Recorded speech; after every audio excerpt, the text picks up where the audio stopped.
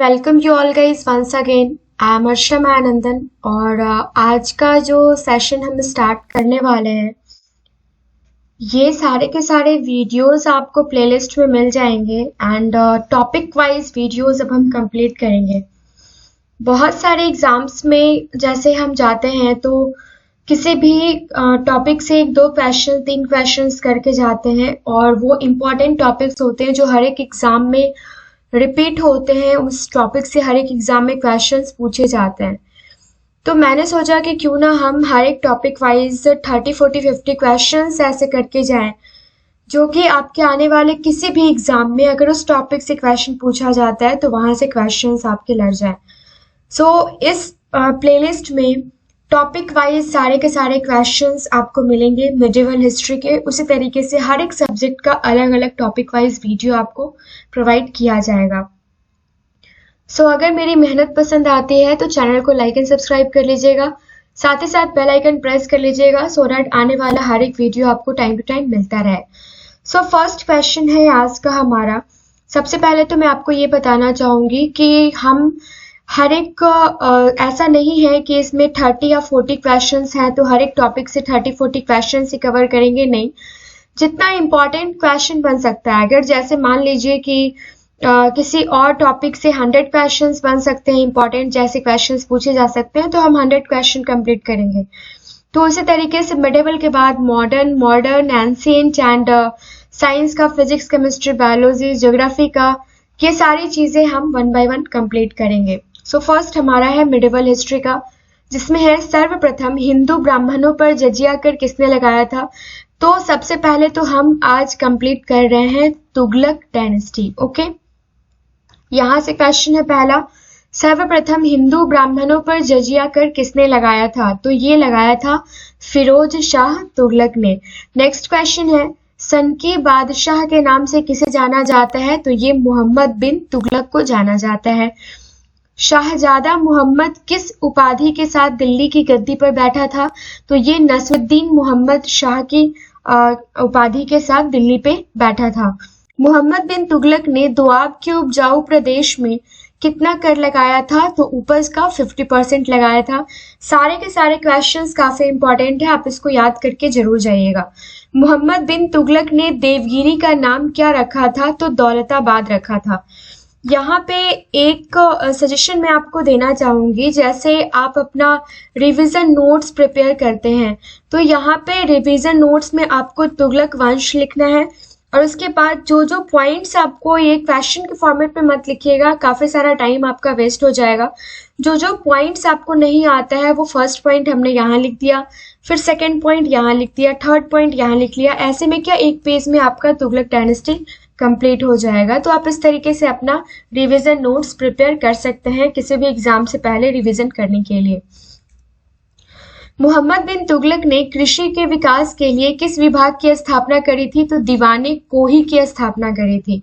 मोहम्मद बिन तुगलक की मृत्यु के बाद दिल्ली की राजगद्दी पर कौन बैठा था। तो ये बैठा था फिरोज शाह तुगलक 1351 ईस्वी में।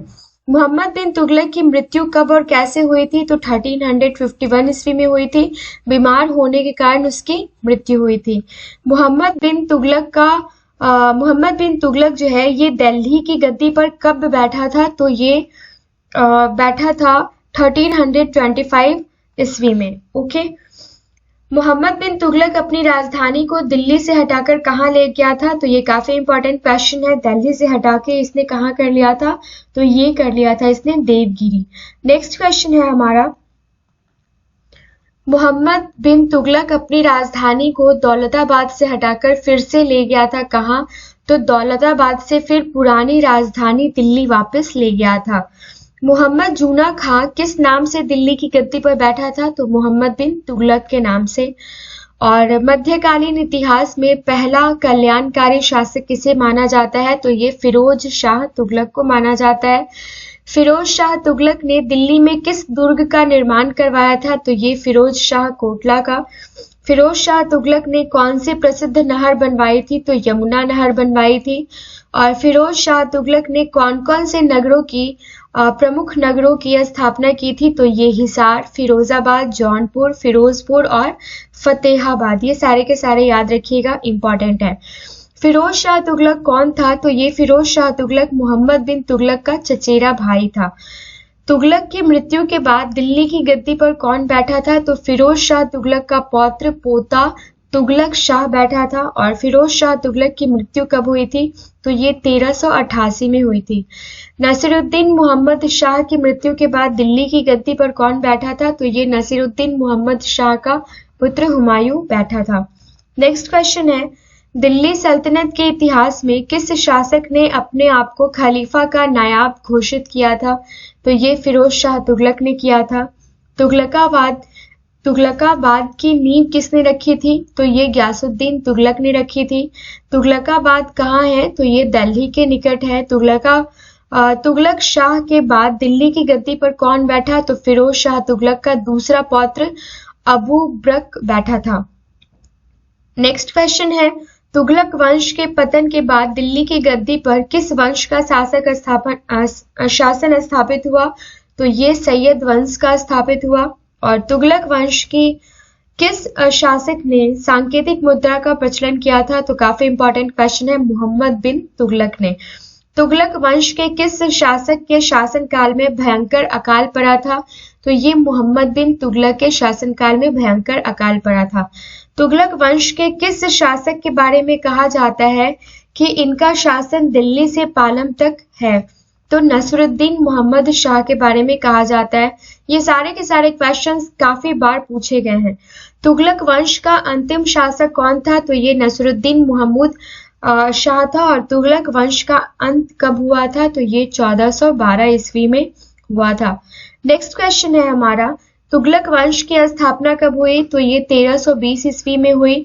और तुगलक वंश का संस्थापक कौन था? तो गाजी मलिक, जिसको गयासुद्दीन तुगलक के नाम से भी जाना जाता है। गयासुद्दीन तुगलक लगान के रूप में उपज का कितना भाग लेता था? तो ये लगान के रूप में उपज का 1/10 भाग लेता था, या 1/10 से लेके 1/12 भाग तक लेता था। गयासुद्दीन तुगलक के शासन काल में मंगोलों ने भारत पर कब आक्रमण किया? कितनी बार आक्रमण किया? तो 29 टाइम आक्रमण किया। गयासुद्दीन तुगलक का उत्तराधिकारी कौन था? तो गयासुद्दीन का पुत्र मोहम्मद जूना खां था। किसके शासन काल में दक्कन में बहमनी राज्य की स्थापना हुई? तो ये मोहम्मद बिन तुगलक के शासन काल में बहमनी राज्य की स्थापना हुई। किसके शासन काल में तैमूर मंगोलों ने 1398 ईस्वी में दिल्ली पर आक्रमण किया? तो ये नसीरुद्दीन मोहम्मद शाह के शासनकाल में। किसकी मृत्यु के बाद तुगलक वंश का अंत हो गया? तो नसीरुद्दीन महमूद शाह के बाद तुगलक वंश का अंत हो गया। और हमने देखा ना तुगलक वंश का अंत कभी हुआ? तो ये हुआ था 1412 ईस्वी में, राइट। उसके बाद है, किस शासक की मृत्यु लकड़ी के घर से गिरने से हुई और कब हुई? तो गयासुद्दीन तुगलक की मृत्यु लकड़ी के घर से गिरने से हुई और 1325 में हुई।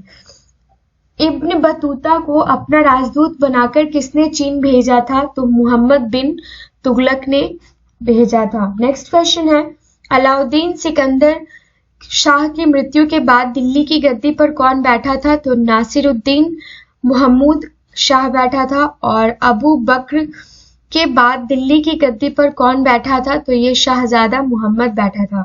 अफ्रीकी यात्री इब्न बतूता किसके शासनकाल में भारत आया था? तो ये मोहम्मद बिन तुगलक के शासनकाल में भारत आया था। तो फ्रेंड्स, ये थे टोटल 40 क्वेश्चंस जो आज हमने इस वीडियो में कंप्लीट किया है। आई होप ये वीडियो आपको पसंद आया होगा। A9 एजुकेशन फैमिली से जुड़े रहने के लिए थैंक यू सो मच। और अगर मेरी मेहनत पसंद आती है और अगर आपको लगता है कि ये सारे के सारे कंटेंट्स आपके लिए यूजफुल हैं, जो भी कंटेंट्स आपको प्रोवाइड किए जा रहे हैं, तो प्लीज़ चैनल को लाइक एंड सब्सक्राइब जरूर कीजिए, क्योंकि आपके एक सब्सक्रिप्शन, एक कमेंट से मेरा मोटिवेशन लेवल काफ़ी हद तक बढ़ जाता है, काफ़ी मोटिवेशन मिलता है कि हाँ, मैं जो मेहनत कर रही हूँ वो आपको पसंद आ रही है। मिलते हैं नेक्स्ट वीडियो में। Thank you so much.